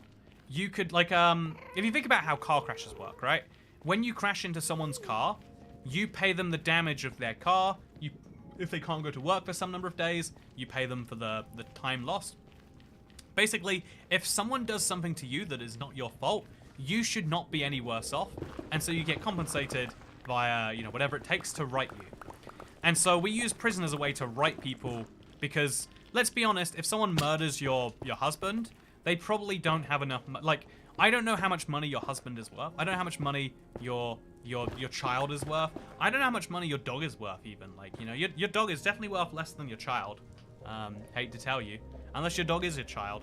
But, like, putting a monetary value on that is really hard for human beings. And so knowing what it is actually worth even is quite a challenge in its own right. But, even more interestingly is the problem of, like, okay, let's say someone murders your child, and that ruins your life. You can put a value on a life at about 7.3 million. So that person can pay you 7.3 million, but like most people don't have 7.3 mil sitting around. You could make most people pay for murder insurance, and then that way if someone gets murdered, we give them the money. But in reality, it's like, no, you need to be made right. And for whatever reason, modern day society, like this makes me like actually feel queasy. People who have like a relative murdered always go to the court and say, it's a shame, we were hoping for a life sentence, but I guess 10 years will do. And it's like, what good does it do to you knowing restorative justice is hard for injured people, even before we get emotion to it? Yeah, exactly, David Simmons. We're really, really bad at working out what a injury is actually worth, right? Yeah, also, I love the internet because of Minecraft live stream and the people in his chat can make me question whether my moral character is flawed. Fines based on income would balance the disproportionate rate of offenders being those in poverty. No. Think about what you said, Addy G. I do agree that fines should be based on income, but your point is that if we made fines based on income, then poor people would be disproportionately less offending. You're saying that lower the punishment for crimes for poor people. Like, yeah, if you're caught, if you steal from a store, I believe if you steal $5,000 or more in Canada, the fine is $2,000. If we made that based on income, like, oh, it's $2,000 if you earn, you know, 50K a year or more. If you earn minimum wage, the fine for stealing that money goes down to like $50 because like you don't earn so much, you can't really spare it. Then like way more people would steal, right? If we lowered this, I guess there's an argument like if you lowered the fine for speeding from whatever it is right now in your jurisdiction, it's usually about 100 something. If you lower that fine to £1, $1, €1, the fine for speeding is €1. There's no penalty on your license. It's not recorded anywhere. It's just when you speed, it costs you €1. More people would speed, right? It's still a crime. It's still incorrect. People would do it. If you lower the sentence for, like, burglary, if you lower the sentence for any of these things, if you make it based on income, which is to say, and so basically everywhere that has an income-based system has a minimum, which is interesting to me, because it's basically just a way of saying, if you're rich, we will keep turning up the fine until it hurts, but there's always a minimum. So, I don't know, drunk driving, I think, is the one in, I think it's in New Jersey, maybe? It's in one of the eastern US states. It's based on income, but they found that like there was a lot of problems of proving how much someone made, because it's really easy to say, you committed this is the crime. I think it might even be proven, like, by American standards, unconstitutional, because, like, a penalty is meant to be a penalty, not based on the thing. And the other fear, I think, is it gives police officers an incentive to go specifically to rich areas to look for criminals. And therefore, like, not only are you making it more likely that, like, lower income people would commit crimes, just based on the deterrence theory, but then also you'd be making it less profitable for police to catch that. Like, you end up with a really bad system, which arguably is what you actually would want to have for true... Like, it's one of those arguments, like, that could be true equity. It's not equality, but you might argue that by the more money you have, the more police will try to take that money from you. Like that, there's a really interesting argument that, like, yeah, right now we have a strong overrepresentation of police in poor areas. I don't know where I feel on that one necessarily. Like, it's hard to say too much about it. Like, but I think there is a real strong like argument and point that, like, yeah, well, right now they over-police poor areas, but if you made it income-based, you would just reverse that problem. You ideally want a system where the like where the people who enforce the law only get paid when the world is a better place, where we only make laws specifically designed to make the world a better place, but people who make laws are doing it for election reasons. People who enforce laws are doing it based on, their own financial situation reasons, like, well, I get a big bonus if I ticket this many people a month, or even just, like, I look like I haven't done my job if I didn't catch someone doing a crime.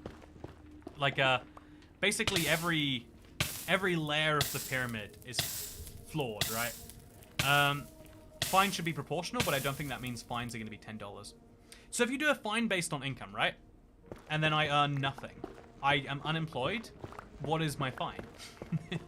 It should be 0, right? If you gave me a $0 fine, that would be 100% my income, which is why whenever it's fines based on income, there's a minimum.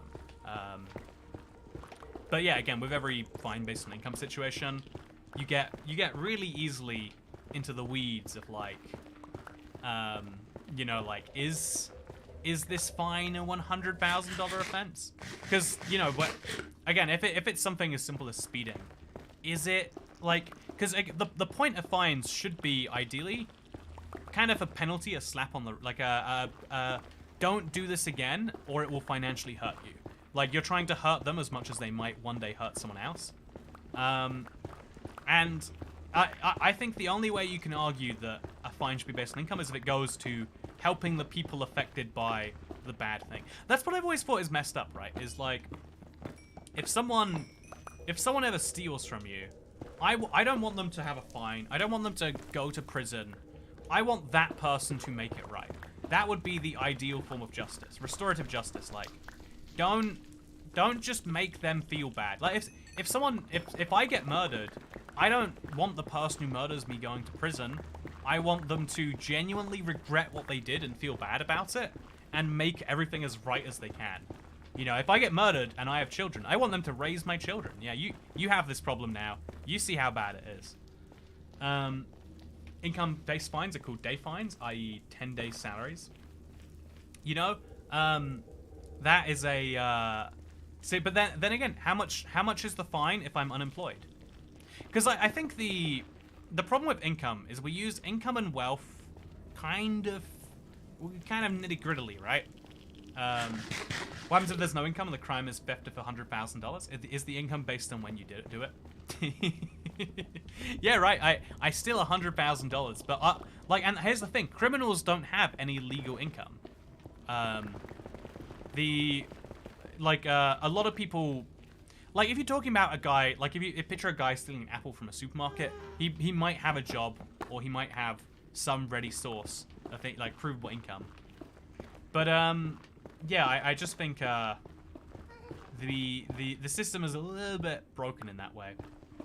But I guess basically every system we have as humans is a bit broken. I think we should send criminals to the shame corner for 10,000 years. Pounds, please. I'm British. You know, I pretend to be British too sometimes. You do not want them to raise your children, no matter how sorry they are. You know, if they raise my children, then worst case, my children go out and murder someone. Maybe they raise my children. He gets a really close bond to them, and then on their 18th birthday, they they kill him in the same way he murdered me. That would be restorative justice. That would be me being made whole for the way in which I am not made whole. But yeah, I think maybe we should do away with the whole money thing, just to directly exchange goods and services. Yeah, money is a the thing is as a, like, whenever we talk about money in this like societal sense of like, yeah, if someone does something bad, we should take money from them or something, is a key principle of how our world works is that no one should have the exact right to know exactly how much money you have. For example, I know a few countries have public tax returns, but you have to be a citizen of the country, you have to prove you showed them, etc. But more interestingly to me is the fact that what if no country has open bank accounts?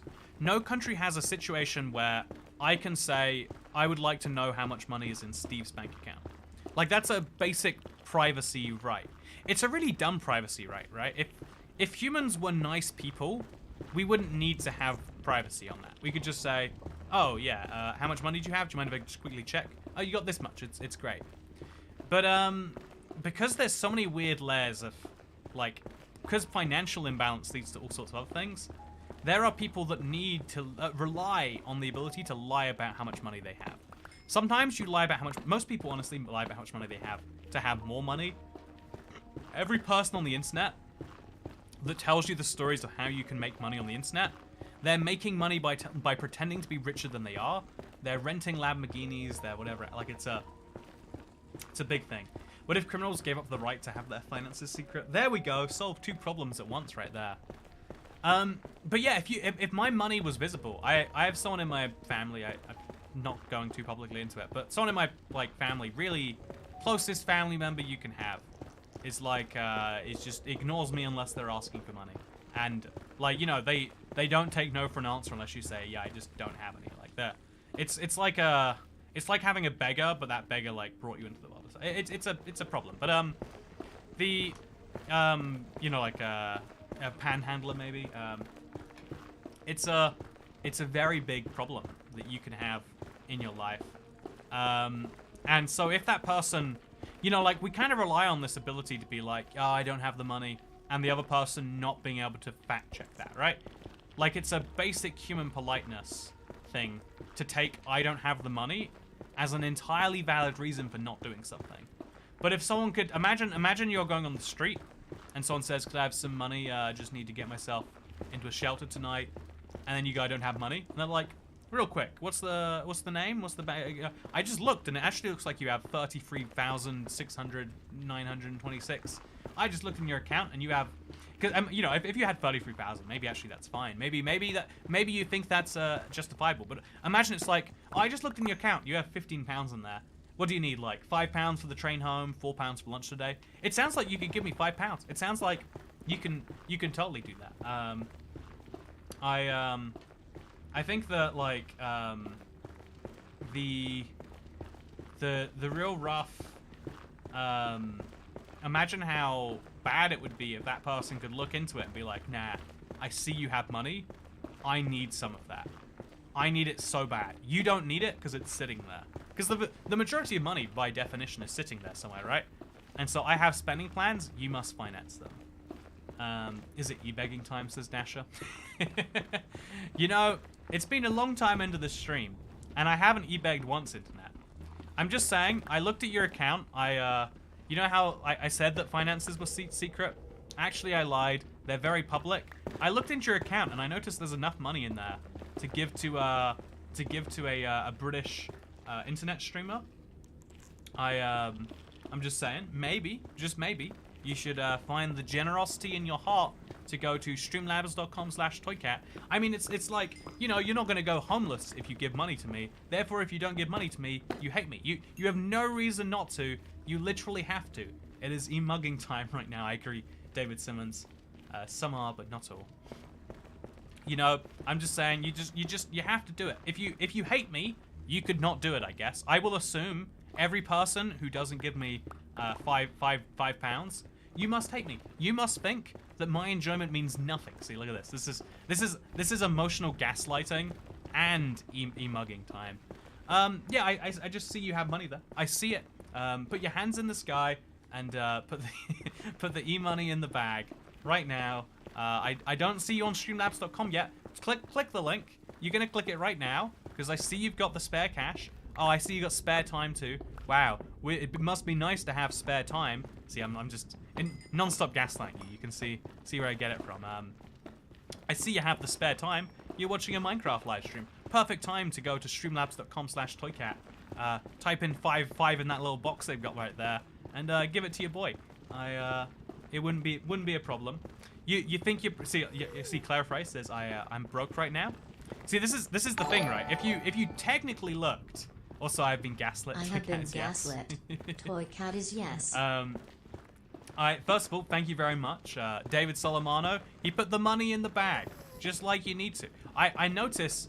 See, like people say they're broke, but this is why you need to be able to Claire Frey. You are objectively broke by your standards, but if I was to look, I'd be like, so like you've got enough to pay rent next month, and also for food. And also you've got like spare discretionary money. I'm not discretionary. I need money because I'm going to go buy some gaslight monies. Thank you, Cat. Appreciate, you know, I gaslit Cat into moderating the stream and giving me money. That's the dream combo right there. You may be broke, but you can't be broke for Toycat. It's like it's the same strategy churches to some extent use, right? Like, you're not broke because you have to give the church 10% of your money. Like, that's the guy who brings your whole existence into being. Yeah, if you don't have money for fun little discretionary causes, that's fine. But you have money for the church. You do. You always do. You always will. I have literally less than $1, haha, says Mosier. Okay, yeah, great. So you can tip less than $1 using Streamlabs. Just go there right now. It'll be great. You just go there. No issues. You can give me that less than $1. See, right? Like people could do that. In fact, they are doing it. Someone's doing it to you right now. Oh yeah. Sorry to hear about you having not much money, but it's mine now. Charlie F23. I just need it more than you. You know, I'm gonna put it right into a kebab fund. I'm gonna invest in the kebab markets. I'll let you know how that investment goes. I'll get it back to you with interest in no time. Like, just don't ask me about that ever again. And if you do ask me about it, I'm gonna make you feel real bad. And like, you're the bad guy, when really you're asking for something that I said. I know the ways, internet. Speaking of knowing the ways, I feel like I feel like I am being mugged. It's called emotional gaslighting, and it works very well. No, I'm sure. By the way, if the whole thing I just went through right now you can't relate to, very jealous of you, very jealous of your existence in this world. I think it's a not uncommon. That's how you know it's working. I think the thing is, right, is everyone gets broke on some levels. Like I'm gonna be honest with you, chat. I am actually. I'm not saying this for pity reasons. I'm saying this to prove my point. I'd say like I've had like one of my hardest months in a while. My, with interest rates, I had my payment to live in my house has gone up very, very substantially. It's over a quarter, and then also a lot of other, like, everything's going up in price. Income goes down, right? Scary, scary thing to have. Costs go up, thing goes down. But also at the same time, you know, I am buying things that are not 100% necessary on a daily basis. I'm gonna go. I spent 18 pounds on a ticket to go look at some pretty things tomorrow. By the way, thank you. Actually, no, I say I spent that money. Thank you, Aubrey. And here's your evil money. Here's your e-money, evil robber. You know, the fun thing about e-money is you can turn into real money. Also, since you asked nicely, says Crash Boston. I think there is an interesting case study in the idea that the strongest human emotions are the ones that make us most likely to part with money, right? It's a really, this is what every charity realizes, which is why, okay, so chat, I'm not a charity. I'm using your money purely for profit reasons. It is a, you know, like it's just, you know, evil capitalists will use it to, I'm gonna buy a lobster roll of it. I'm gonna buy lots of discretionary expenses. You know, I can say I'm feeling the pinch. And I feel like I'm genuinely broke. If someone came to me asking money, I'd be like, yeah, now is the worst time. In a very genuine way. But also, you know, I still am buying things that I want and that I need. So it's not really that bad, right? I think, which is why, you know, and it's not that bad for Michelle Owo. I feel oddly compelled to put the money in the bag. Does announcing this let the cat out? Are you letting the cat out the bag? Because you should. Wow, what's that? 8 people said they were broke but gave money anyway. What's your excuse, internet? Oh, are you just you actually you think it doesn't apply to you? You know, you know damn well it applies to you. You know, you're free riding on everyone else's generosity. Doesn't that feel bad? So here's a really interesting question. If a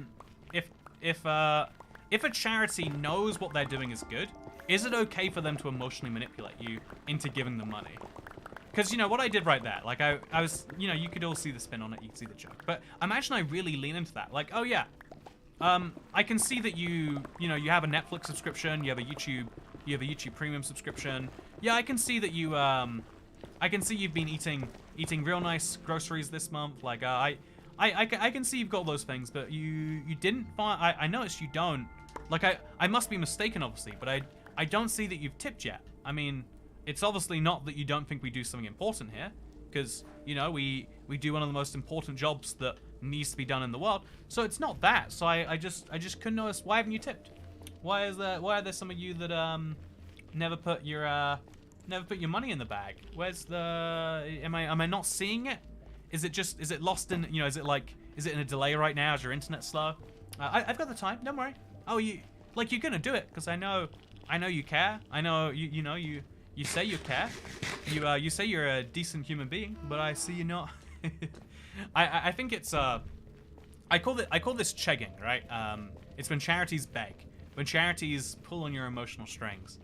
But my point there was to say all of that, like, technically speaking, all of those people don't, like, when someone says, just give me money if you can, just very loosely like that. Have you ever seen, like, a random video that's like, oh yeah, tip me if you like, you know, like, just give me some money, I need to make money to get through college or something. It's like they're imagining someone on the other end being like, yes, I have infinite money, here's another person I should give it to. But most people have a finite amount of money, and you need to explain to them, like, most people do have a finite amount of money, which is to say, you shouldn't ask them for money for that infinite supply that they don't have. You gotta tell them, like, okay, here's a reason why you should tip instead of buying, like, you know, you could buy a fancy wallpaper PNG, or you could buy a ringtone, or you could buy a GIF of a premium GIF of a cat. There's a lot of things you could buy, internet, but I would like it if instead of buying one of those things, you went the exact opposite way, and you bought one of these things, a tip on the Toycat stream. I gave $20 to a charity one time. They spent sending me mail every month for years, even though I asked them to stop. Oh, that was weird. Oh, same thing, by the way. Okay, this is the most messed up thing in charities, to my mind. Genuinely, this breaks my sense of what a charity is. If you ever want to hate charity, just give money to one. Just give money to a charity, and you'll immediately start to be anti-charity. And you know, that sounds like a very harsh thing to say. That's a bold claim. I better have something to back it up, right? But also, I'm gonna have to throw this in there. The charity should be a voluntary thing, right? Since your money, you made it yourself, and you choose what to do with what you worked for, says Paraday. Yeah, every decision is voluntary. To go back to the whole, like, the dilemma. Also, how did I get out here? Chat, how did that... Am I... What just happened to me? Yeah, if you're, sorry, just to reset for a second. If you give money to a charity, they have the stats, and again, to their mind, the biggest goal as a charity is to do good. By the way, thank you, Michelle. Oh, again, I forgot to mention, always special to see an extra name there. Give money to one or start to work for one. 2 quick ways to see how charities really work. Oh, yeah, so I've never personally worked for a charity, thankfully, but the things I've heard from people who do, it's so depressing. Because every charity knows what they do is so important, right? They are preventing cancer, or they are saving animals. Every charity is doing something that is believed to be really important. Thomas Kakini, what is your current caveman goal? Hey, thank you for dropping $5 into the ToyCat Wellness Fund. That's right. I will use your money to get better. I mean, I'm pretty good now, but I could be even better, right? I do not recommend it. So, yeah, here's the thing about how charities work. They believe in their goal so much that, you know, would it be worth doing a bad thing to make a much bigger good thing happen? You might vary on your answer to that. Like, if I know right now, if someone puts a gun to my head and says, ToyCat, for every $1 that you can convince for every $1 you convince someone to give you that they would otherwise spend on food, we will cure one person we will save one person's life. We will end 100 people's blindness, whatever it is that you care about. Sorry, wait, ending people's blindness I think is bad now, but like if they do something incredible, you would be morally obliged almost, right, to do the bad thing to make the good thing happen. I think so. I think a lot of people would feel that way, at least. I don't think it's actually correct, but it's how we would feel. So, so you're saying we have a population control situation? Solution. Yeah, exactly. I'm just not going to get any money, and then we're going to kill a lot of people, and we'll have solved 2 problems in one there.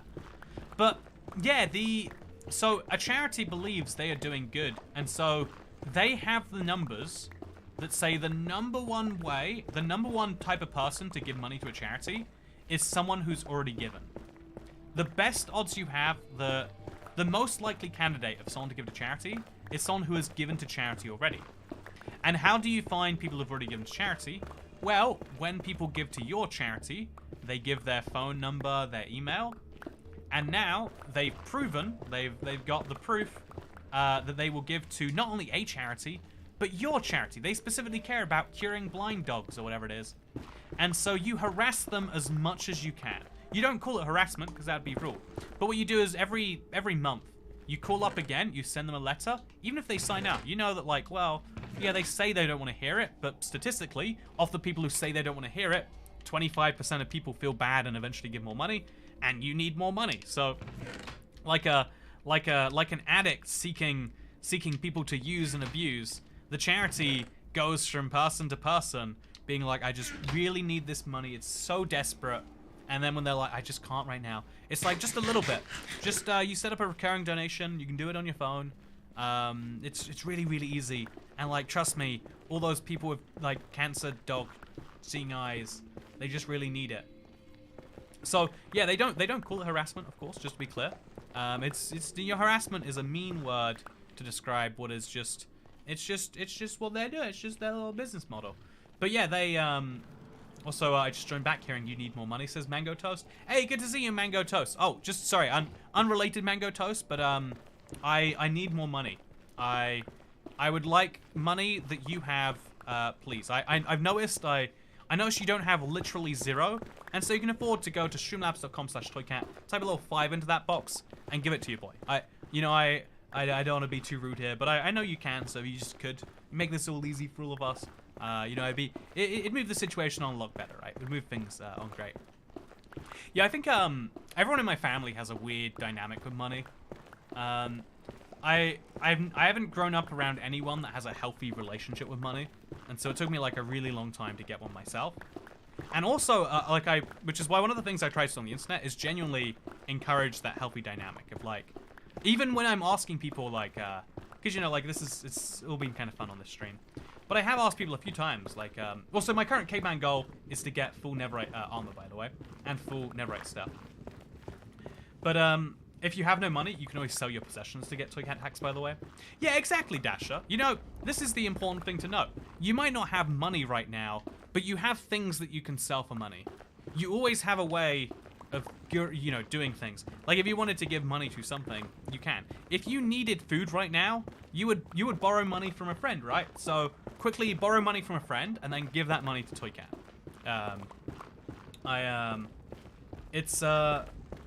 It's a really, really hard thing to, genuinely, I think a lot of people are in the same situation of, like, if you don't see anyone who has a healthy relationship with money, because even most YouTubers, right, have an unhealthy relationship. They see money pouring in, and they're like, this is time to buy a Lamborghini. There's the famous YouTuber debacle recently, where the guy has, like, a ridiculously, like, I think it's like $1 million watch or something. It's like, the level of, like, the level of money you need to have to think that it's a good decision to spend hundreds of thousands on a watch, you know, like, you have to get really deep in there, and to the point where you're like, I have money, what can I spend it on that will make people like me? And, because, you know, that sounds like a really cynical view. It sounds like, but ultimately, like, money is, like, set up in society. Like, you know, our whole world is rooted around money.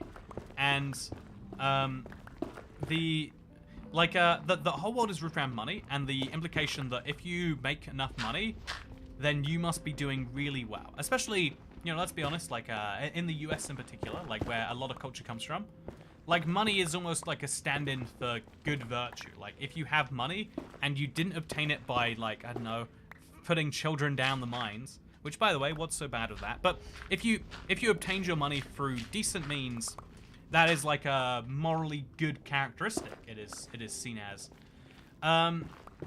which is so interesting because when you get money, it doesn't change you at all, and therefore you look at yourself and you think, I have all this money, why isn't my life better? Like, yeah, I mean, eventually I can save it and I can buy it, but like, imagine you're a big streamer or YouTuber, and you have a killer month and you earn like 50k, 100k. Some like people in my that I have real life connections and conversations with have had months where they earned like deep in the 6 figures, like not low 6 figures, deep 6 figures in a month, not in a year, in a month. Imagine you have a check roll in. I remember I had a friend way back, and he's like, while he was having a fun party one night, and he just showed me some screenshots. He's like, look at the money that rolled in, and the PayPal limit at the time was $10,000, and it's just an endless flow of $10,000 payments. And like, the level of, imagine that, right? Deep 6 figures. Do us a favor, quit lying. Sorry to tell you. There are YouTubers that earn 7 figures a month. There's probably, I don't know who, I bet Mr. Beast earns 8 figures a month, but like, it is possible to earn 8 figures a month. The level of wealth that you might get in 1 month, like, it's the same as any other business, but like, if you get that amount of money all in one place, and then you get the money and your bank account goes up, and you're like, why didn't my life improve? And so you desperately, you know, you look for ways to turn that money into life quality. And it sounds like it's a big money problem, but it happens with small money too. I have other friends. It's kind of fun to be able to say, yeah, I have a friend who earned Some months, several $100,000. And it's fun to be able to like, oh yeah, I have another friend who went from earning, you know, basic benefits from the government, like $200 a month, to earning $800 a month. And it's like, yeah, so their life quality's gone with the same thing. Like, they earn more money now because they work, and they have to work for that money. They have a job now, and so they're earning this money, and they think to themselves, why is it not getting good things? So a lot of expensive. It's weird seeing that I can't. Like, it's weird seeing this, but like, people get a lot of money and then think I have to spend it. It needs to go somewhere. And although those people are probably good customers, helping people not go through that is something that's important to me. Also, I forgot why we're making about money and donations. Oh, it's because an average person on the internet. I need five of your currency right now. Wait, if you're an average person on the internet, average person's American, I think. It sounds good, but they are probably slaving away for that level of income. The thing is, though, I think if you asked almost anyone, if I will give you $600,000 if you work as hard as you can this month. The thing, like, genuinely, like, if you asked me, like, okay, it has to be 15 hours of work every day. If you asked me to do 9 to 5 Minecraft, but it's 16 hours a day, I could do it, right, for 500k. Actually, you know what? Would it be worth it? I'd probably be burnt out the next month. But, you know, if you gave me a route to that, I feel like I might do it. Like, it's a real thing. But, like, it's not even that. It's like you have to not only work hard, but also be right place, right time, but also know what work to do. The challenge almost every YouTuber gets to is once they get kind of comfortable in what they're doing stops being popular, and they don't know how to, like, change it to make it work. But yeah, this is why Toycat is a millionaire, but still it's pot noodles for lunch. I don't think I'm actually a millionaire, by the way. I think I like to describe it jokingly that way, because if you convert to dollars, like a central London house is probably worth about that. But you don't actually like own. But you know, no, sorry, I'm gonna go back. I am a millionaire who eats pot noodles. Give me and wait, I'm a millionaire that convinces strangers on the internet to buy my pot noodles. But no, it's a really important thing to me that I try to actually encourage people to have a good relationship with money, which is hard because, you know, like there's a perverse incentive. If I encourage you, like, I could say things like, yeah, don't worry about money. Money comes and goes, but what doesn't go is your connection with Toycat. Like, you know, I could say like stuff that is actually harmful, like, and you know, like there are lots of YouTubers who will say things that are harmful to their audience. But I really do believe that one of the hardest things to obtain, one of the things I'd like to most instill is like, yeah, it's important to have a good relationship. And that is not to, like, and where people get twisted is like, yeah, if you spend money on something like a stream, that's like dumb. And you know, I feel like if I was 14, I would probably hold that same view. Like, yeah, if you just give money to someone, that is dumb. Like, why would you want to be a member or a subscriber or whatever else? But the truth is, like, ignoring that, like, some people like the perks of it. Some people just like, oh yeah, you see your name pop up on stream. That's like, that's their meth, you know, like, yeah. Toycat responded to my comment for a few seconds. Oliver Edward, this is why I come and go from the channel. Always good. You know, if it's always good, technically, coming and going wouldn't be the right way to, whatever. But, yeah, there is a,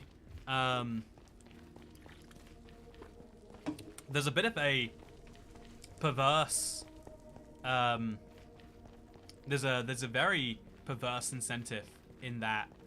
But that's why at the same time, I'm like, look, the reason you should give monies to something, the reason that you should, the reason that you should do something is because genuinely it makes you more connected to the thing. Unlike most places like that, you know, like, even if it's something dumb, if it's not a YouTuber or something, because I think that a lot of people feel some, you know, like, level of that with a YouTuber in some way. But even if it's not, if it's not something on the internet, it's not some Patreon or it's not something like that, for someone, like, helping make something that you care about happen is a really empowering feeling. Like, because the ad-funded model is really, really good for allowing things to exist for free, and for you not to have to think too hard about how stuff happens. I think it's a really good way. I love ad-funded. I've always worked ad-funded jobs, like stuff like that. But the problem with the ad-funded model is you don't have to actively show you care about things, and things aren't set up around like, I would like people to care about me a lot, or care about this thing a lot, I should say. Whereas when you directly support something, you are in part responsible for making that thing happen, and that's quite cool. It gives you that feeling of you helped other people in a way. If you know, like kind of like participating in the real economy, right? When you buy, like, I don't know, coffee from a local coffee shop, you're helping that person with the coffee business. I assume you're helping them to grow the coffee business, and then every time they make money, they go spend it somewhere else, and so on and so forth. And you make like a really good positive impact just from having done one thing, right? You get this like second level effect of every good thing stacks up multiple times. It's not just a coffee purchase, it's a, you know, boost into this local area or something like that. And on the internet, if you like something and want there to be more of it, being able to like support it directly, I think if you can't get over the whole like, what's the point in just giving money? There's no value in that. Or, you know, what's the point in like, I don't really want to see my name on screen, or whatever the case might be. I think that something that I would recommend is like, yeah, if you care about something, like even if it's a museum, if it's a YouTube channel, if it's a website you really like, there's a lot of websites I read that like it's cool. Then like buy a piece of merch, or buy, you know, do something that gives them, that shows you care about them. That's why the t-shirt business is like, have you ever seen like big companies like Walmart or Primark or Target or whatever else? They license the rights to use Nintendo or, you know, whoever else's brand, because when you care about that thing, you want to buy a little thing that shows like, yeah, look, I love Sonic or whatever else. And it might have to be really easily available. Wow, did you know tipping is very easy to do? You can do it via your YouTube, so it just uses your Google payment information. Or if you want the whole money to go to Toycat, you go to streamlabs.com/Toycat, and it's all right in there too. But yeah, it's a I think as long as people find it easy, they find value in helping make things that they care about exist. And I think it's cool to help facilitate that. I think if people felt negative about tipping, I wouldn't want it to be a thing that you could do. You know, there are different ways to fund stuff. But I think it's really cool. In the same, I imagine it's the way you feel, it's a fraction of the decision you feel if you like help someone out, right? Like, I really like helping people with directions, by the way. Whenever I'm in London, I see someone's lost. It's like cool to be like, I'm the guy for this. They are in luck because they happen to be near me, and I am the guy who can help in this particular situation. So, it's like a nice feeling knowing like, not only did you help someone get to their destination, that's like the first level impact. The second impact's like, yeah, now more people, now those people trust strangers a little bit more. Now those people think a little bit better of the city. Whatever it is, like, I think, to go back to the whole, the lowest level need we all have is freedom, the ability to make our own decisions. But I think one of the higher level needs that we kind of reject, because, you know, I'm so busy focusing on like, am I eating, like, I'm tired and I'm hungry. Do I really care about making the world any better? No. But feeling like you made the world a bit better is nice. Also, I'm going to take 6 months off and travel around the world. Is there any way you recommend? Says Drunk Lily. Oh, Drunk Lily. That's a very drunk decision you're making right there. If someone gave you chords in real life, you know how good it feels. Hee hee. Exactly, Dash. That's exactly it. It's some people need the coordinates in real life, and you know, in the absence, in the situation involving extreme world pressure on you, someone has to give it to them.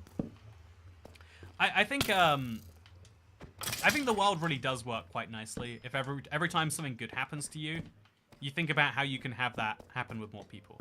Because ultimately, like, the easiest instinct on something good is to be like, how do I make more of that happen to me? I really like the feeling when I drink this drink. And so I will drink this drink again. because a reliable, a guaranteed way to feel the goodness from this drink is to pick it up, put it in my mouth. I could go buy another drink after that, and so on and so forth, but it's never going to be quite as good as this first time that I have it. So a good way to help people is Corsten Apple Press Cloudy. Don't get paid at all. This is 0% paid sponsorship. If you go and buy this drink, you will enjoy how crisp it is. Oh yeah, it's so crisp. That's a thing that describes flavor and isn't absolutely bizarre. But yeah, so I can't remove that single plank from your inventory, please. Okay, you know what? Just for you, just another YouTube commenter, I will put the plank down up here. Future me will be very confused, but I will do that just for you. But yeah, I think I decided to travel to Africa. I was in Kenya, now I'm in Ethiopia. I probably shouldn't be where I am, but you gotta live a little, I guess. It's kind of a challenge as a woman, right? Like, the risks you can take are slightly reduced. But I would say, if you want some advice on where to travel, you're traveling around the world, right, Trunk Lily? You got 6 months to do it. Oh, ancient debris. Nice. Yeah. Is that just one? Ah, don't give me just one. Anyway, you got 6 months to travel. I think if you want to see something that will bring back positive things to where you go home. I'm guessing Australia. You know, you're drunk. It's got to be Australia. I think East Asia is a must. And then I would say see some North America, maybe some South America. I would say like on a budget, to be realistic with you. Work your way slowly to the east of Asia, and then if you can, see. I guess to an Australian America wouldn't be something special. So see something in Europe. The kind of like you know, like you don't need to do anything besides eat, drink, and sleep and breathe, I guess. You don't need to see beauty. You don't need to see incredibly beautiful things. But I think there's like a universal experience of positivity in like the soul almost that people get from seeing something beautiful. And there's thousands of years in European capitals that's been dedicated to making beautiful places for people to enjoy. And I think a lot of people, you know, like I think the fact that so many people go is not the most convincing point by itself. Okay, we're gonna throw the arrows on the ground and the bow on the ground. Then we're gonna run, and we're just gonna believe in ourselves all the way back home. But yeah, I think making sure you go something different. Recommend Beijing during Chinese New Year. Man, that sounds fun. I think I would love to. I think one of the cool things about traveling is how you'll see things. Like the more you see around the world, the more you realize that things you assume everyone does are just things that look like that because of where you are. And the more you realize there are all sorts of logical things we just don't do because we never see. Also, I'm at work. Thanks for the entertainment, says Kendra Stapleton. See, Kendra is literally at work earning money to give to the Toy Cat cause. Kendra is the hero we all need in our world. What about you, Internet? What about you? What's your what's your excuse? Why, if you don't have money, why aren't you at work right now?